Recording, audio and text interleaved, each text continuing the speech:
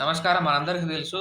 దేశంలో ఎవరు పుట్టినా గానీ, ఎవరు చచ్చిపోయినా గానీ, దానికి సంబంధించినటువంటి వివరాలను సంబంధిత అధికారులు రిజిస్ట్రేషన్ చేస్తారు. అంటే నమోదు చేస్తారు.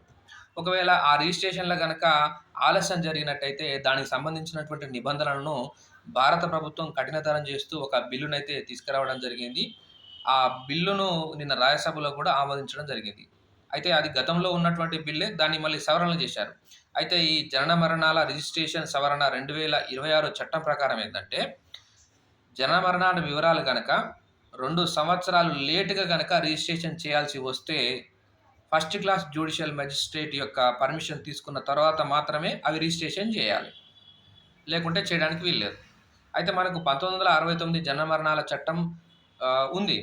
అయితే ఈ చట్టం ప్రకారం ఏందంటే, జనన మరణాల వివరాలు గనక ఒక సంవత్సరం లేట్‌గా మనకు రిజిస్ట్రేషన్ చేయాల్సి వస్తే, జిల్లా మ్యాజిస్ట్రేటు, సబ్ డివిజనల్ మ్యాజిస్ట్రేటు, లేకపోతే అథరైజ్డ్ ఎగ్జిక్యూటివ్ మ్యాజిస్ట్రేట్ యొక్క పర్మిషన్ తీసుకొని మాత్రమే జనన మరణాల వివరాలైతే రిజిస్ట్రేషన్ చేయాలి, నమోదు చేయాలి.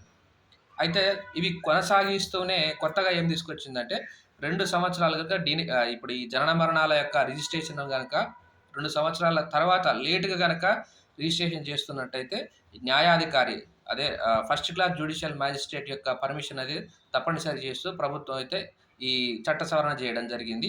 2026 చట్టం ప్రకారం.